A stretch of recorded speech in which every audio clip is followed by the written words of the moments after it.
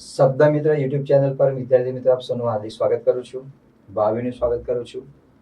આજે ગુજરાતી વિષયમાં વ્યાકરણનો એક નવા મુદ્દા સાથે મિત્રો હું અહીંયા ચર્ચા કરવા માટે ઉપસ્થિત છું અને એનું નામ છે છંદ. દરેક પરીક્ષા માટે આ ગુજરાતી વ્યાકરણમાં છંદ પૂછાતો જ હોય છે. આવડે તો છંદ, ના આવડે તો છંદો આપણો થઈ જાય એવું હું વારંવાર કહેતો જ હોઉં છું. છંદ એ ગુજરાતી ભાષામાં કાવ્યનું ઘરેણું છે. છંદ કાવ્યમાં જ્યારે આપણે છંદનો ઉપયોગ કરતા હોય ત્યારે જે તે છંદના લક્ષણો હોય, લઘુ ગુરુ, અક્ષર સંખ્યા, યતિ, આ બાબતને આપણે ત્યાં ધ્યાન આપવું પડતું હોય છે. છંદ એ ખરેખર સંસ્કૃત ભાષામાંથી ગુજરાતી ભાષામાં અવતરણ પામેલા છે. છંદના રચયિતાની આપણે વાત કરીએ તો પિંગળ મુનિએ આ છંદની રચના કરી હતી. એટલે પિંગળ શાસ્ત્ર આપણા માટે ખૂબ જ મહત્વનું છે. સંસ્કૃત ભાષામાંથી આ ઉદ્ભવેલા છંદ ગુજરાતી ભાષામાં પણ છે. છંદની ખાસિયત એવી છે કે મોટાભાગે જે તે છંદમાં કાવ્ય હોય એ છંદના રાગ પ્રમાણે આપણે છંદને ગાઈ શકીએ છીએ. માત્ર ને માત્ર પૃથ્વી છંદ એવો છે જે અગેય છંદ છે, એટલે ગાઈ શકાતો નથી. બાકી બધા છંદને આપણે ગાઈ શકીએ છીએ. ગેય છે એટલે કે તેને આપણે ગાઈ શકીએ છીએ. પરીક્ષામાં માત્ર ને માત્ર તમારે છંદને ઓળખવાનો છે, પણ છંદને ઓળખવાને માટે કોઈ કાવ્ય પંક્તિને ધ્યાનમાં રાખી અને આપણે જોઈને પ્રથમ નજરે એમ કહી ન શકીએ કે આ છંદ, આ પંક્તિ જે છે આ છંદમાં છે એવું આપણે કહી શકીએ નહીં. મિત્રો અહીંયા છંદના આ મુખ્ય બે પ્રકારો છે, અક્ષરમેળ છંદ અને બીજો જે પ્રકાર જે છે એ માત્રામેળ છંદ છે. દરેક છંદના આગવા લક્ષણો છે. શિખરણી છંદ હોય તો 17 અક્ષર હોય, શાર્દુલ હોય તો 19 અક્ષર હોય, માત્રામેળ છંદ હોય, ચોપાઈ હોય તો 15 માત્રા હોય. દરેક છંદના આગવા લક્ષણ છે. આપ જોઈ શકો છો કે ઘણી વખત આપણને લાગે કે છંદ અમારા માટે બહુ તકલીફ વાળું કામકાજ છે, પણ મિત્રો છંદને યોગ્ય રીતે એનું ચયન કરવામાં આવે, યોગ્ય રીતે સમજવામાં આવે તો છંદ જે છે એ જરાય અઘરો વિષય નથી.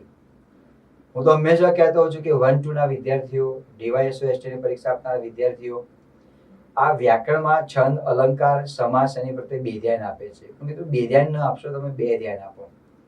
કારણ કે જેટલું તમારે વ્યાકરણમાં વધારે માર્ક આવશે એટલું તમારે ત્યાં સ્કોરિંગ તમારું વધશે. પણ કરુણતા એ છે કે આપણે વ્યાકરણ પ્રત્યે હંમેશા નારાજગી વ્યક્ત કરીએ છીએ અને નારાજગી વ્યક્ત કરવાને કારણે આપણને વ્યાકરણમાં યોગ્ય ન્યાય ન આપવાને કારણે આપણે પૂરતા માર્ક મળતા નથી. મિત્રો જેમ ટીપે ટીપે સરોવર ભરાય એમ એક ગુણે આપણે જે પરિણામ જે છે એમાં વૃદ્ધિ થતી હોય છે. એટલે આપણા માટે બહુ જરૂરી વસ્તુ છે. તો છંદ જે છે એ છંદની વ્યાખ્યા શું? તો છંદની વ્યાખ્યા આ રીતે આપી શકાય કે અક્ષર અને ગણ આ બધાની જે મેળવાળી જે યોગ્ય રચના કરીએ છીએ, જેનાથી આપણે ગાઈ શકીએ છીએ, ગેયવાળી રચના, શબ્દ એટલે કે અક્ષરો અને ગણ આની યોગ્ય ગોઠવણી કરવામાં આવે અને યોગ્ય ગોઠવણી કર્યા પછી આપણે એને ગાઈ શકીએ, આ છંદ છે. છંદની વ્યાખ્યા આ રીતે આગળ બની શકે. અક્ષર અને ગણ એ જે યોગ્ય મેળવાળી જે ગેય રચના છે, ગેય એટલે ગાવું, આ ગેયવાળી રચના જે છે એને આપણે ત્યાં છંદ કહીએ છીએ. જો કે આ બધી વ્યાખ્યા ક્લાસ 3 માં પૂછાતી હોય છે, એ સિવાય બીજી કોઈ પરીક્ષા પૂછાતી હોય છે. પણ અહીંયા મિત્રો વ્યાખ્યાની સમજૂતી આપ્યા પછી મારે જો છંદ વિશે તમને ભણાવવું હોય ને તો ઘણા જ બધું હું એના વિશે કહી શકાય, લખી શકાય, બોલી શકાય, એના વિશે આપણે પ્રેક્ટિસ કરી પણ શકાય. પણ ગભરાતો નહીં, મારે બધા જ છંદ મારે તમને સમજાવવાનું નથી. આ લેક્ચરમાં માત્ર ને માત્ર મારે તમને એક જ છંદ શીખવાડવો છે હાલ પૂરતો. એનું નામ છે શિખરિણી છંદ. એના લઘુગુરુના પણ કેટલા નિયમો છે, એ લઘુગુરુના નિયમો પણ હું તમને શીખવીશ નહીં. અહીંયા જે નિયમ આવતો હશે હું બોલી જઈશ, આ નિયમ આવે છે અને આ પ્રમાણે લઘુગુરુ બને છે એવું તમને કહીશ. પણ વિદ્યાર્થી મિત્રો મારે તમને આ લેક્ચરમાં જે શીખવવો છે એ નામ છે શિખરિણી છંદ. મારે તમને શિખર પર લઈ જવા છે અને શિખર પરથી તમને ઉતરાણ કરાવવું છે. શિખરિણી આ છંદ તો ખરેખર આર્ધ બને, આ શિખર પર ગયા આર્ધ, શિખરિણી, આમ શિખરિણી, શિખરિણી, શિખર પરથી આ રીતે આવી છે. એટલે ભાષાની અંદર આમ કહી શકાય શિખરિણી. આ છંદ છે. ઘણા બધા સાહિત્યકારો, ઘણા બધા કવિઓ શિખરણી છંદમાં બહુ જ અદ્ભુત રચના આપી છે અને આપણને ખ્યાલ છે મિત્રો. તો આપ સૌનું હાર્દિક સ્વાગત છંદમાં. અને જે છંદ જે છે એ લઉં છું શિખરણી છંદ. દોસ્તો, આ શિખરણી છંદની જોડણીને પણ ધ્યાનમાં રાખજો, કારણ કે આ જોડણી ઘણીવાર પરીક્ષામાં પૂછાય છે, માટે જોડણીને પણ ધ્યાનમાં રાખજો. શિખરણી, ઘણા શિખરણી છંદ કહે છે, એ શબ્દ ખોટો છે. શિખરણી શબ્દ નથી, શિખરણી શબ્દ છે. જોડણીને તમે ધ્યાનમાં રાખજો. ઓકે મિત્રો, તો શિખરણી છંદને ઓળખવાના માટે કયા કયા લક્ષણો છે તો આપણે જોઈએ કયા કયા લક્ષણો છે. પહેલું લક્ષણ છે કે અક્ષર સંખ્યા 17. જો કે આવા 17 અક્ષર વાળા 4 છંદ છે, શિખરણી, પૃથ્વી, મંદાક્રાંતા અને હરિણી. પણ અહીંયા માત્ર ને માત્ર હું તમને શિખરણી છંદની જ માહિતી આપવાનું છું. તો આ છંદ જે છે એની અક્ષર સંખ્યા છે 17. એમાં યતિ ક્યાં આવે? યતિ છઠ્ઠા અક્ષરે અને 12મા અક્ષરે. તમે તો યતિ એટલે શું? યતિ એટલે વન ટાઈપ ઓફ કોમા, એટલે કે જ્યારે આપણે પંક્તિને ગાતા હોઈએ ત્યાં થોડું અટકવું પડે એ પ્રકારનું વિરામ ચિહ્ન છે, અલ્પ વિરામ છે, એ યતિ કહેવાય. યતિ પંક્તિમાં છઠ્ઠા અક્ષરે મૂકવામાં આવે, 12મા અક્ષરે મૂકવામાં આવે, એટલે જ્યારે આપણે એ પંક્તિને ગાતા હોઈએ ત્યારે તે આપણે અટકવાનું આવે. હું તમને પંક્તિના ઉદાહરણ તમને આપું છું એટલે તમને વિશેષ ખ્યાલ પડશે. એનું ગણ બંધારણ કયું છે? ગણ બંધારણ છે યમન સબ લગા, ય મ ન સ ભ લ ગા. યમન ને ચમન, તમને જે રીતે યાદ રહે રીતે તમે એને યાદ રાખો. આખું ગણ બંધારણ તમે યાદ રાખશો તો કોઈ નુકસાન નથી, કારણ કે ઘણી બધી પરીક્ષાઓ હોય છે ક્લાસ 3 ની કે એમાં ક્યારે પૂછતા હોય છે કે નીચેનામાંથી કયું ગણ બંધારણ શિખરણી છંદનું છે. આખું આપણને આવડતું હોય તો આપણે આસાનીથી લખી શકતા હોઈએ છીએ. અને ખોટો લખીને આવીએ એટલે આપણે પાછા કવિ કલાપીને આપણે યાદ કરવા પડે કે હા પસ્તાવો, વિપુલ ઝરણું સ્વર્ગથી ઉતર્યું છે, પસ્તાવો થાય. એટલે મારી સુનેરી સલાહ એવી છે કે બને ત્યાં સુધી ગણ બંધારણને તમે યાદ રાખજો, કોઈ નુકસાન નથી. આપણે અહીંયા જે મગજ જે છે એ મગજની અંદર આપણો જે હાઉસફુલ થઈ જવાનું નથી કે ચલો આ તમારે જે મગજ જે છે ચેતાતંતુ બધા પૂરેપૂરા સંપૂર્ણ ભરાઈ ગયેલા છે એટલે કશું હવે આગળ વસ્તુ અંદર બીજી અન્ય આવશે નહીં, એવું કશું થવાનું નથી. કુદરતે મગજની રચના અદ્ભુત કરી છે. તમે જેટલું વાંચો એટલું અંદર આવે જ કરે, સંગ્રહ થયા કરે. સ્ટોરેજ બહુ પાવરફુલ આપણને આપેલો છે. ગણ બંધારણ છે યમન સભા લગા, યમ હૈ હમ, યમન સભા લગાવી દે, યમન સભા લગાવ, યમન સભા લગાવ, યમન ચમન, યમ હૈ હમ, પહેલા 2 અક્ષર યાદ રાખવા તો યમન સભા લગાવ. આ શિખરણી છંદનું ઓળખવાનું લક્ષણ છે. અક્ષર સંખ્યા 17. એનું યતિ જે છે એ છઠ્ઠા ને 12મા અક્ષરે આવે. એનું ગણ બંધારણ છે યમન સભા લગા, યમન સભા લગા, યમન સભા લગા. તો જોઈએ આપણે મિત્રો પંક્તિ યમન સભા લગા ક્યાં બંધ બેસતી છે ક્યાં નહીં. પ્રથમ પંક્તિ છે અને આના રચયિતા જે છે કવિ નાનાલાલ, જે દલપતરામના દીકરા હતા. અને આપણે શાળા દરમિયાન આ પ્રાર્થનાઓને આંખો બંધ કરીને સરસ મજાની ગાઈ હશે. આ એક પંક્તિ છે, અસત્યો માહિતી પ્રભુ પરમ સત્ય તું લઈ ગયા. તો સૌથી પહેલું કામ આપણે કરીશું અક્ષરને ગણવાનું. જુઓ 1 2 3 4 5 6 7 8 9 10 11 12 13 14 15 16 અને 17. 17 અક્ષર થયા. હવે યતિ, યતિમાં તમને સમજાવવા માટે મારે તમને કહેવું છે, બાકી પરીક્ષામાં તો મૂકેલો આવશે જ. હા, પણ ક્યાંક એવો પ્રશ્ન પૂછી પણ શકે કે શિખરણી છંદમાં કયા અક્ષર યતિ આવે છે, પૂછી શકે. એટલે તમારે ધ્યાનમાં રાખવાનું 6 અને 12મા અક્ષરે યતિ આવે, 6 અને 12. હવે 17 અક્ષર થાય. યતિ 3 ને 3 6, આ છઠ્ઠા અક્ષર યતિ. 7 8 9 10 11 અને 12મા અક્ષર. તો અહીંયા જે યતિ જે છે એ સ અને તિ એની વચમાં છે. આને યતિભંગ કહેવાય. યતિભંગ એ કવિનો વિષય છે એટલે તમે જરાય ચિંતા ના કરતા. આપણે તો માત્ર ને માત્ર છંદને ઓળખવાનું છે. આ કવિનો વિષય છે. 17 અક્ષર થાય. યતિભંગ, યતિ પણ ત્યાં આગળ તો અહીંયા યતિભંગ છે. આવો કોઈ પ્રશ્ન પૂછાતો નથી એટલે ચિંતા ન કરતા, એ કવિનો વિષય છે. હવે જો આ શિખરણી છંદને કેવી રીતે ગાઈ શકે તો તે પંક્તિ તમને બતાવો. યતિ આવેલી એમ જે અટકવાનું હોય હું તમને કહું. અસત્યો માહેથી યતિ આવે ત્યારે ટપાલનું કામ કરે. અસત્યો માહેથી પ્રભુ પરમ સત્ય તું લઈ જા, ઊંડા અંધારેથી. છે ને સ્કૂલને આપણે એ સમય આપણને યાદ આવી જાય કે આપણે ગાતા હતા. કવિ નાનાલાલની રચના છે, બહુ સરસ રચના છે. આમાંથી કોઈ પંક્તિ અર્થ વિસ્તાર તરીકે પણ પૂછી શકે. આ યતિનું કામ છે. હવે આપ સૌ જાણો છો કે દરેક ગણ 3 અક્ષરમાં વહેંચાયેલો છે. એટલે આપણે તેને 3માં આપણે વહેંચી દઈશું. 3 3 પ્રભુ પ ર મ સ તે તું લઈ જા. 5 તારીખ 15 17 અક્ષર થઈ ગયા. તમને એવું લાગે કે 4માં વહેંચી દઈએ તો ફટાફટ કામ ના પતે? ના, માર્ક ફટાફટ કપાય, આપણું કામ ફટાફટ ના પતે, ફરીથી કે આપણે તૈયારી કરવી પડે એવું થાય. નિયમ જ છે વ્યાકરણનો કે દરેક અક્ષર દરેક ગણ 3 અક્ષરમાં વહેંચાયેલો છે. તો 3માં આપણે ડિવાઈડ કરી દીધા. હવે એને આપણે લઘુ ગુરુ કરીએ. અ લઘુ આવે, જે લઘુ અક્ષર છે. રસ્વ સ્વર જે છે બધા લઘુમાં આવે અને દીર્ઘ સ્વર જે છે બધા ગુરુમાં આવે. એના કેટલાક નિયમો છે, હું નિયમો જોડે જોડે બોલતો જાઉં છું. સત્યો, હવે આ જોડાક્ષર છે. તો નિયમ એવો છે કે જોડાક્ષરની પહેલાનો અક્ષર લઘુ હોય અને જો આ શબ્દનો ઉચ્ચાર કરતા લઘુ અક્ષર પર થડકો આવતો હોય, થડકો એટલે વજન આવતું હોય, તો આ લઘુ અક્ષરને ગુરુ કરો. તો આ શબ્દને તમે બોલો, શું બોલાય છે? સત્યો. સત સત થડકો આવે છે ને, સત્યો. થડકો ન આવતો હોય તો શું બોલાય? સત્યો એવું બોલે. એટલે થડકો આવે છે, અસત્યો થડકો આવે છે એટલે આ ગુરુ બને. લઘુ છે છતાં ગુરુ બને.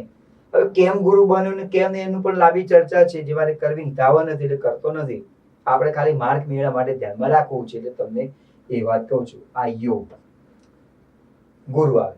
હવે યનું ગણ બંધારણ તમે જુઓ તો યનું ગણ બંધારણ છે ય માતા.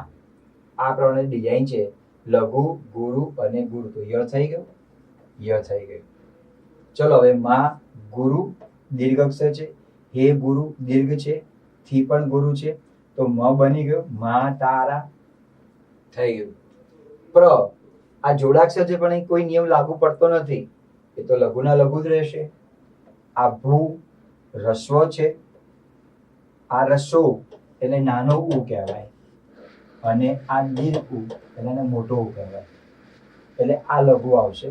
હવે ન એટલે શું બને છે? ન સ લ એ પણ થઈ ગયું. ર લઘુ, મ લઘુ. હવે સ જે છે ને એ લઘુ નહીં આવે, કારણ કે આખો શબ્દ તમારે જોવાનો. આખો શબ્દ છે સત્ય. સત્ય થડકો આવે છે. ભલે અહીંયા બોર્ડર બાંધી દીધી પણ આપણે બોર્ડરની પેલી બાજુ જતું રહેવાનું છે અને શબ્દને પકડીને લાવવાનો છે. થડકો આવે છે, જોડાક્ષર છે, માટે નિયમ પ્રમાણે આ ગુરુ બનશે. સત્ય. કદાચ ઘણા વિદ્યાર્થીઓને એવું લાગે કે આ બોર્ડર બાંધી દીધી પછી નિયમ ના લાગે. લાગે, શબ્દને તમારે પકડવાનો છે એટલે આ લાગે સત્ય. તું હવે આ લે યે, આ ગુરુ છે. તની પર બિંદી છે પણ દીર્ઘ એનો તીવ્ર ઉચ્ચાર નથી અને તું જેમ જ બોલાય, મંદ ઉચ્ચાર છે એટલે લઘુ છે. તીવ્ર ઉચ્ચાર હોય તો ગુરુ બને. આ મંદ ઉચ્ચાર છે એટલે લઘુ, આ પણ લઘુ રહેશે. હવે આપણું ગણ બંધારણ અહીંયા બાકી રહી ગયું.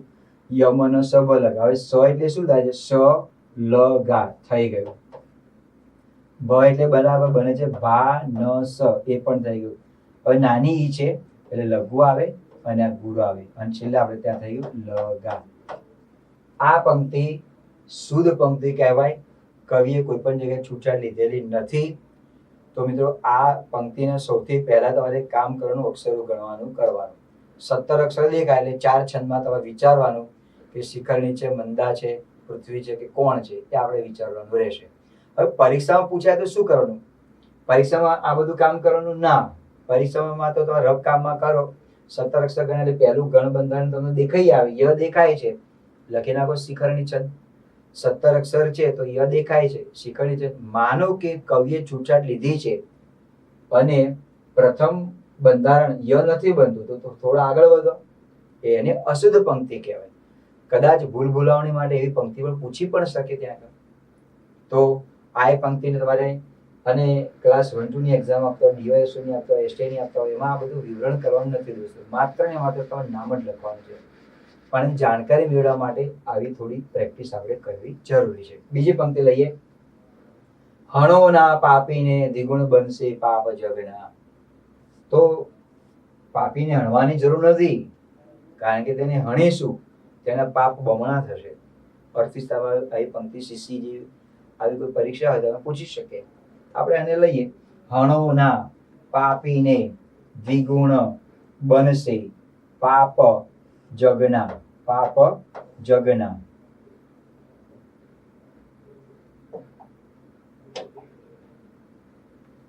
પાપ જગના. હવે આપ જુઓ, આ લઘુ, આ દીર્ઘ અક્ષર છે એટલે ગુરુ, આ ગુરુ બનશે તો થઈ ગયું ય માતા. ગુરુ, ગુરુ અને ગુરુ. મા તારા, એ પણ થઈ ગયું. હવે દ્વિજોડાક્ષર છે, લઘુ અક્ષર છે, પણ કોઈ નિયમ લાગુ પડતો નથી. તમારે આટલું તમારે જોવાનું છે. તમારે જે આપણે જે સ્વર જે છે, કુલ 11 સ્વર જે છે, એમાં 4 સ્વર એવા છે જે રસ્વ છે અને બાકીના જે 7 સ્વર એ છે કે જે દીર્ઘ છે. એમાં આટલા જે છે ને એ અ, પછી ઈ, ઉ અને રૂ, આ રસ્વ છે. એટલે તમારે આ રસ્વઈ જોવાની, આ રસ્વ જોવાનું અને આ રીતે નિશાની જોવાની.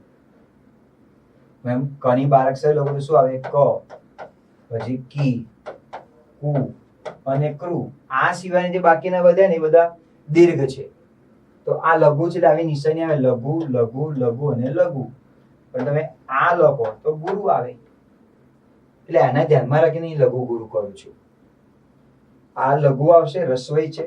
આ પણ લઘુ છે, રસ્વ છે. આ પણ લઘુ છે, આવશે. ન થઈ ગયું.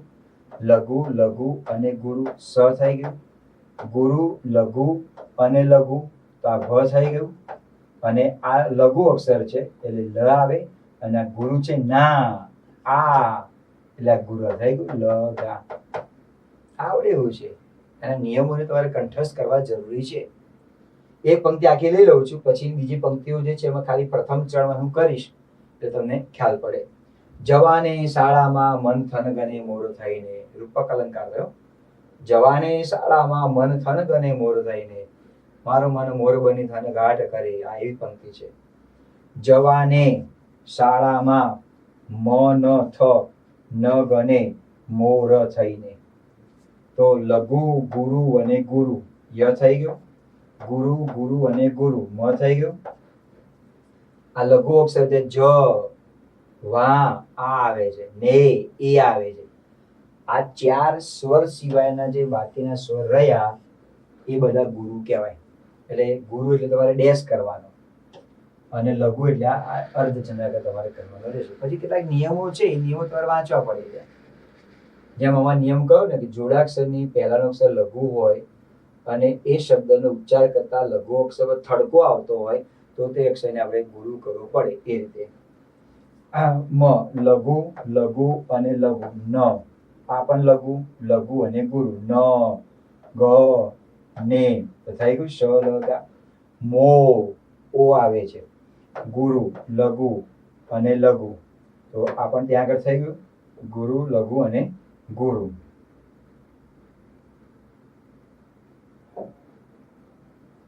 પછી આ લઘુ આવશે. ઈ નાની છે એટલે લઘુ આવે અને આ ગુરુ આવે તો ત્યાં થશે લ અને ગા. હવે આ મ, ય, મ, ન, સ તો અહીંયા ભ આવે. તો કોઈ પરાણે નથી બેસડ.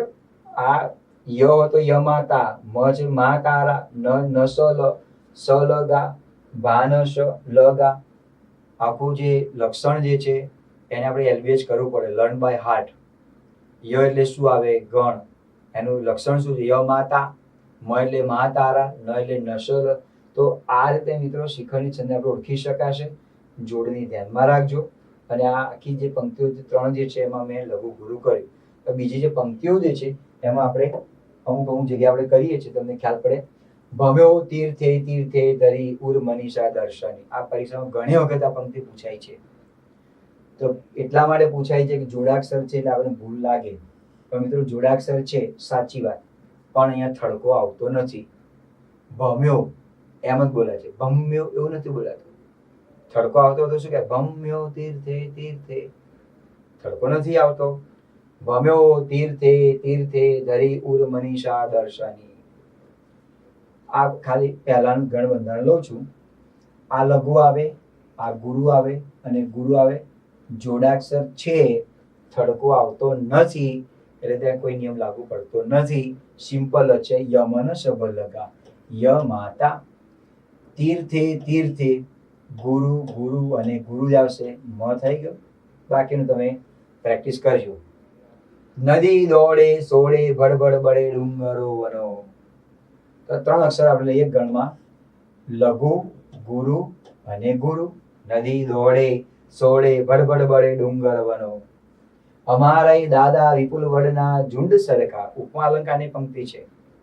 અમારા, લઘુ, ગુરુ અને ગુરુ. રાગીત પ્રમાણે અસત્ય માહિતી. અમારા એ દાદા વિપુલ વડના ઝુંડ સરખા, વળાવી બા આવી નિજ સકલ સંતાન ક્રમશઃ. તાની આ પંક્તિ લઈ લઈ. વળાવી, લઘુ, ગુરુ અને ગુરુ થઈ ગયું. ય માતા. તમારે પરીક્ષામાં અક્ષર ગણી નાખવાના. પ્રથમમાં આવી જાય એટલે લખી નાખવાનું કે આ ય શેખણી છંદ છે. હવે તો જોડણીમાં ભૂલો ન કરતા. જોડણીમાં જો આપણે ભૂલો કરી તો કદાચ એવું બની શકે કે એને માર્ક ન પણ મળે આપણને. જોડણીને બરાબર પ્રેમ તમારે કરવાનો છે. જોડણી તમારે સાચી રાખવાની છે. સાચી જોડણી લાગે વહાલી. હવે આ હું તમને કહી દઉં. આમાં આ જે છે કરો તો લઘુ જ આવશે, મ પણ લઘુ આવશે. પણ મારે આ નિયમ મારે કહેવો છે. નિયમ એવો છે કે વિસર્ગની પહેલાનો અક્ષર લઘુ હોય તો ગુરુ આવે. વિસર્ગની પહેલાનો અક્ષર લઘુ હોય તો ગુરુ આવે. એ નિયમ પ્રમાણે હું અહીંયા ગુરુ કરું છું. બાકી તો તમને આવડે એવું છે. એક આ નિયમ તમને કહી દઉં. શનિ પર બિંદી છે પણ તીવ્ર ઉચ્ચાર છે. તો નિયમ એવો છે કે લઘુ અક્ષર પર અનુસ્વાર હોય અને જો તેનો તીવ્ર ઉચ્ચાર થતો હોય તો તે અક્ષરને લઘુના બદલે ગુરુ ગણો. તો નિયમ પ્રમાણે ગુરુ આવશે. બાકી તમે જોઈ લેજો. આ પંક્તિ છે. ઉનાળામાં લાંબા દિવસની ક્ષણો એમ ખસતી, ભર્યા રસ્તે જેની લગન ભર ગોળ આતણી ગતી. વંચુની અંદર આવી 2 પંક્તિ આપેલી હોય તો બંનેના અક્ષરો ગણવાના ના. માત્ર ને માત્ર તમારે એક જ પંક્તિના અક્ષરો ગણવાના. 1 2 3 4 5 ને 6 7 8 9 10 11 ને 12. 7 8 9 10 11 ને 12 13 14 15 16 ને 17. આ તમારું પ્રથમ ચરણ પૂર્ણ થયું. નીચે તમારે લઘુ ગુરુ કઈ કરવાની જરૂર નથી. તો તમે બંનેના ગણો તો 17 + 17 = 34 થાય. 34 અક્ષરવાળો કોઈ છંદ છે જ નહીં. તમે બનાવો તો અલગ વસ્તુ છે. બાકી જે તમારા પરીક્ષા લાગે જે પૂછાવે છે એમાં 34 અક્ષરવાળો કોઈ છંદ છે જ નહીં. તો આમાં આ તો તમારે ખાલી પ્રથમ આનું જ તમારે લઘુ ગુરુ કરવાનું. બાકીને તમારે કરવાની જરૂર નથી. આ નીચેની પંક્તિની આપણે કરવાની જરૂર નથી. તો આ લઘુ આવે, આ ગુરુ આવે ને ગુરુ આવે. બાકી તો બહુ સરળ છે. તમે લખી શકશો. લઘુ ગુરુ ને ગુરુ. તો યમાતા થઈ ગયું. એટલે ક્યારેક આવું પૂછી નાખતો છે ડીવાયએસની બીજી પરીક્ષામાં 2 પંક્તિઓ આપી દે તો વિદ્યાર્થીઓ ગભરાઈ જાય. બેન 34 અક્ષરો કહે. અરે 34 અક્ષર તો કોઈ છંદ છે નહીં. તમારે આન્સર શું લખો? બિલકુલ નથી ગભરાવાની ત્યાં જરૂર. 17 અક્ષરવાળા એટલે આ અંદર તમારે આપશે. બરાબર છે. એટલે આપણે તમે ધ્યાનમાં રાખજો. ઘણા વિદ્યાર્થીઓ તો બહુ જ હોશિયાર હોય છે, સ્માર્ટ હોય છે. સરસ લખી નાખતો છે આન્સર. ઉનાળામાં લાંબા દિવસની ક્ષણો એમ ખસતી, ભર્યા રસ્તે જેની લગન ભર ગોળા તણી ગતી. તો મિત્રો આ પંક્તિ આ રીતે બંને આપેલી હોય તો તમારે માત્ર ને માત્ર પ્રથમ ચરણને તમારે ધ્યાનમાં લેવાનું. બીજા ચરણને ધ્યાનમાં લેવાની જરૂર નથી. કદાચ તમને લાગે મારે આ નથી જો નીચેથી મારે લઘુ ગુરુ કરવું છે, નીચેની પંક્તિ ધ્યાનમાં લઈશ તો કરી શકાય. જો હું આની આ લઉં તો આ ભલે જોડાક્ષર છે પણ નિયમ લાગુ પડતો નથી. ભર્યા એમ બોલે, ભર્યા એવું નથી બોલાતો. થડકો નથી આવતો. એટલે આ લઘુ આવે, આ ગુરુ આવે. હવે આ શબ્દ તમે જો રસ્તે એવો શબ્દ છે. રસ્તે આ જોડાક્ષર છે. અહીં થડકો આવે છે એની પર. રસ્તે સ્તે ત્યાં પણ થડકો આવે છે. રસ્તે રસ્તે થડકો ના આવતો રસ્તે એવું બોલે. થડકો આવે છે એટલે એ નિયમ લાગુ પડે. આ ગુરુ થઈ ગયા છે અને આ પણ ગુરુ બને. એટલે આ જે હું 3 નું લઉં તો આ ગુરુ બની ગયું. લો અહીંયા પણ થઈ ગયું ય માતા. એટલે કોઈ પણ એક જ પંક્તિ તમે લઈ શકો, બંનેની લઈ અને આપણે કોઈ મૂંઝવણ મુકાઈએ એવું તમે ન કરતા. હતું તેનું હૈયું કમલ સરખું કોમલ અને હતો તેમાં દૈવી પ્રણય રસ મીઠો ટપકતો. આ છેલ્લી પંક્તિઓ મેં એને ધ્યાનમાં રાખીને મેં લખી છે. તો હતું તે લઘુ, આ લઘુ અને આ ગુરુ. અહીંયા કવિએ છૂટ લીધી. 3, 4, 5, 6, 7, 8, 9, 10, 11, 12, 13, 14, 15, 16 ને 17. 7, 8, 9, 10, 11, 12, 13, 14, 15, 16 ને 17. અહીંયા કવિએ છૂટ લીધી. પહેલું બંધારણ બનતું નથી, યમાતા નથી બનતું. તો કઈ વાંધો નહીં, આગળ વધો. અહીંયા જોઈએ તો આ લઘુ, આ ગુરુ અને આ લઘુ ય મ એટલે મા તારા. આ પણ બનતું નથી. આને તો હવે શું કરવાનું? કવિએ ક્યાં છૂટ લીધી? હા, અને કવિ છૂટ કહેવાય. આના માટે ઘણું બધું કહી શકાય, પણ એ મારે કહેવું યોગ્ય નથી, એટલે હું કહેતો નથી શા માટે લઘુ ગુણ હોય છે. હવે આ તમે લો, કમલ, લઘુ, લઘુ અને લઘુ. આપણો જે ગણ બંધારણ જે છે એમાં ય મ ન સ ભ લ ગા. તો ન થઈ ગયું, ન સ લ. આખી પંક્તિ લઈ લો. લઘુ, લઘુ અને લઘુ, 3 લઘુ અક્ષર છે. ય મ ન સ, સ એટલે બને છે સ લ ગા. છેલ્લામાં કવિએ છૂટ લીધી. કોમલ, ગુરુ, લઘુ અને ગુરુ. ય મ ન સ ભ, ભ એટલે બને છે ભા ન સ. તો ભા ન સ થઈ ગયું અને છેલ્લે આવે છે લઘુ અને ગુરુ. આ પણ થઈ ગયું લઘુ અને ગુરુ. તો મિત્રો આ 2 જગ્યાએ કવિએ છૂટ લીધી છે. કવિ છૂટ, આ મધ્યમ વડલોભી સમાસ કહેવાય. કવિએ લીધેલી છૂટ, પણ આપણે છૂટ નથી લેવાની. તો આવી પંક્તિ તમને અસમંજસ માટે મૂકી પણ શકે. આપણે ગભરાઈએ, લખી નાખીએ, ચલો શીખરણીમાં નથી, બીજા છંદમાં જતા રહો. તો ધીરજના પણ મીઠા એ કહેવત અનુસાર થોડું આગળ વધવાનું. ભલે અહીંયા કવિએ 3 જગ્યાએ છૂટછાટ લીધી, પણ આ ગણ બંધારણ તો બને છે ને. ન ભ લ ગા શીખરણી છે. જો નીચેની પંક્તિ આપણે જોઈએ. આ પહેલા અહીંયા કવિએ છૂટ નથી લીધી.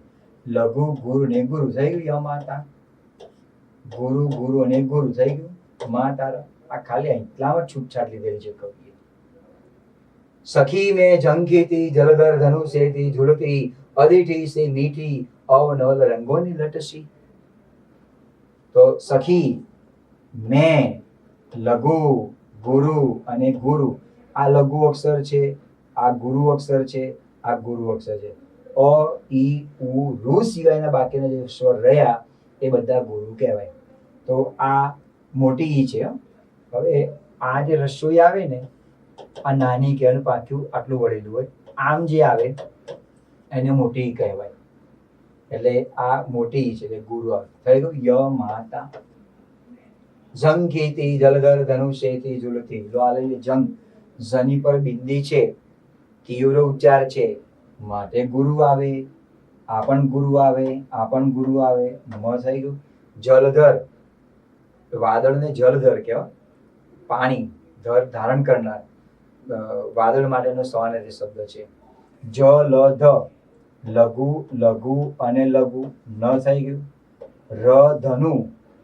હવે આ ર ધનુ જે છે એમાં પણ આપણને આ જોવા માટે મળશે. ર ધનુ અહીંયા સુધીનું ત્યાં આગળ આવે. આ લઘુ, લઘુ અને લઘુ. ર ધનુ. તો ય મ ન સ છે. ઓકે, અહીંયા આપણે થોડી ભૂલ કરી. તો તમારું ધ્યાન ગયું હોય તો અહીંયા ક્યાં આપણે ભૂલ કરી એને આપણે ત્યાં જોવું પડશે. હવે અહીંયા શબ્દ મિત્રો લખેલો છે ધનુષ્ય. ધનુષ્ય એવો શબ્દ લખેલો છે. આ લઘુ આવે, આ જોડાક્ષર છે અને એની પર થડકો આવે છે. દરેક જોડાક્ષરની પહેલાનો અક્ષર લઘુ હોય તો ગુરુ બનતો નથી, પણ જોડાક્ષરની પહેલાના અક્ષર પર થોડો થડકો આવવો જોઈએ તો જ બને. ધનુષ્ય, નુષ્ય. જોડાક્ષર છે વત્તા થડકો આવે છે માટે આ ગુરુ બન્યો. અને આ તો ગુરુના ગુરુ જ રહેશે. આ ગુરુના ગુરુ છે. આ રીતે